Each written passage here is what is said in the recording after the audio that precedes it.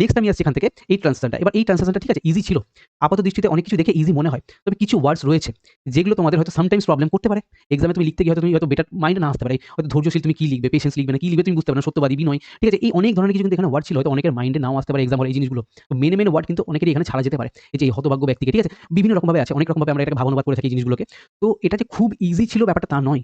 ঠিক আছে? এখানেও কিন্তু অনেকের সমস্যা হচ্ছে। পুরো ওভারঅল দেখে ইজি মনে হচ্ছে। কিন্তু ওভারঅল দেখে ইজি মনে হলো অনেকে হয়তো এই বীর জিনিসটা লিখতে ঠিকমতো মানে বীর নায়ক এটাই হয়তো ঠিকমতো মানে লিখতে পারবে না। যে কি লিখবো আমি এই ওয়ার্ডটাকে। তো এইরকম সমস্যা অনেকের ক্ষেত্রে দেখা যাবে। তো ওভারঅল যদি আমি ইংলিশের পেপারটাকে বলি, ইংলিশের পেপারটা আমার মতে মোটামুটি মডারেট টু টাফ সাইডে হয়েছে।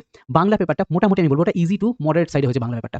তো দুটো কিন্তু এখানে আমাদের দুরকমভাবে এসেছে। তো সেই দিক থেকে এখানে আমাদের এভারেজ স্কোরও কিন্তু এখানে ডিপেন্ড করে যাচ্ছে। এবার আমি আসছি আগের বারের সাথে তুলনা করে। দেখো, এর আগেরবার যে সমস্যাটা হয়েছিল সেখানে আমরা একটা জিনিস দেখতে পাচ্ছিলাম কি, সেখানে আমাদের রিপোর্টের ক্ষেত্রে ইংলিশ অ্যান্ড বেঙ্গলি দুটো রিপোর্টই কিন্তু প্রত্যেকটা স্টুডেন্টের কমন ছিল। যেহেতু এই দুটো রিপোর্ট করোনা রিলেটেড পড়ে গেছে, প্রত্যেকের কমন রিপোর্ট আগে থেকে তারা বাড়িতে পড়ে গেছে। এক্সাম হলে তাদের এই দুটো রিপোর্ট লিখতে কিন্তু খুব একটা টাইম যায়নি। আর যেহেতু আমাদের দুটো যখন পেজ দেওয়া হচ্ছে, বাংলার জন্য একটা, ইংলিশের জন্য একটা, ফার্স্টেই আমাদের এখানে কি থাকে?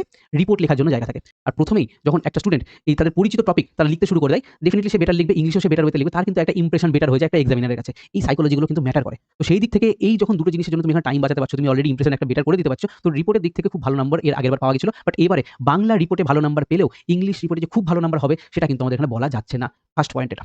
সেকেন্ড আমি আসছি, যেহেতু বাংলাতে এরকমভাবে বারবার করে পাতা উল্টে গিয়ে দেখতে গিয়ে কিন্তু অনেকের টাইম নষ্ট হয়েছে। ঠিকমতো করে তারা ফ্লোতেই আসতে পারছিল না লেখার জন্য, বেশিরভাগ স্টুডেন্টের এই ঘটনা কিন্তু ঘটেছে। তো সেই দিক থেকে হাতের লেখার একটা নেগেটিভ ইমপ্যাক্ট পড়েছে। যদি এর আগেরবার হবে ওটা, হাতের লেখা খারাপ হয়, এক্সাম হলে কিছু করার নেই ওটা। তো তাহলেও ফ্লোতে আসতে পারছিল না, টাইম টেকিং হয়ে গেছে জিনিসগুলো। তাহলে বাকি জিনিসগুলোতে এখানে কি ছিল? প্রেসির ক্ষেত্রে কিন্তু সমস্যা হয়েছে। এর আগেরবারও আমি মানলাম যে এর আগেরবার ইংলিশ প্রেসিটা একটু বেটার ছিল। ঠিক আছে? তাহলে মোটামুটি স্টুডেন্টরা পড়ে ইংলিশ প্রেসিটাও লিখে আসতে পারবে। যেহেতু তাদের হাতে টাইমটা বেঁচে গেছিল। বাংলা ইংলিশ রিপোর্ট লিখতে তাদের টাইম যায়নি। বাট এবার তাদের টাইমটা গিয়েছে এখানে। তো এবারেও কিন্তু এরা যে এই বাংলা ইংলিশ রিপোর্ট করতে প্রেসি করতে গিয়ে একটা সামারির ব্যাপার ছিল। তো এখানেও মানে খুব একটা ভালো যেখানে লিখা আছে তা না। বাংলাতে হয়তো লিখে আসতে পারলেও ইংলিশে হয়তো খুব ভালো হয়তো না লিখলে একটু এভারেজ মিডিয়াম টাইপের লিখে আসবে। ওকে?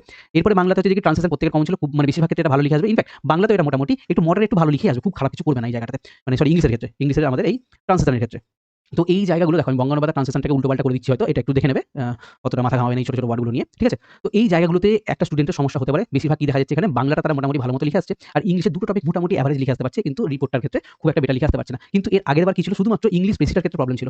বাকি এর আগেরবার ওভারঅল ট্রান্সলেশন যা ছিল মোটামুটি কিন্তু স্টুডেন্টরা লিখে ফেলেছিল। তো সেই দিক থেকে ওভারঅল স্কোর কিন্তু এর আগেরবার মানে আমাদের ডেসক্রিপটিভে অনেকটা বেশি হাই চলে গেছিল। এবার তোমরা জানো এর আগেরবার উল্টোপাল্টাভাবে খাতা দেখা হয়েছে। যাকে নাম্বার দেওয়া হয়েছে প্রচুর নাম্বার দেওয়া হয়েছে, যাকে দেওয়া হয়নি তার কাছ থেকে একদমই নাম্বার কেটে নেওয়া হয়েছে। অনেক কিছু ঘটনা ঘটেছে। এবার আমাদের ওইসব দিকে দেখতে গেলে হবে না। আমাদের এখানে একটা মিডিয়াম, একটা মধ্যপন্থা অবলম্বন করে যেতে হবে যে হ্যাঁ, মোটামুটি ওভারঅল পেপার ঠিকঠাক ছিল, খুব খারাপ ছিল না, খুব ভালো ছিল না। তো সেদিক থেকে আমি যদি মনে করি এবার কাট অফে আছি, দেখো এই জিনিসগুলো কিন্তু আমাদের কাট অফের উপর ডিসাইড করবে। মানে কাট অফ ফ্যাক্টর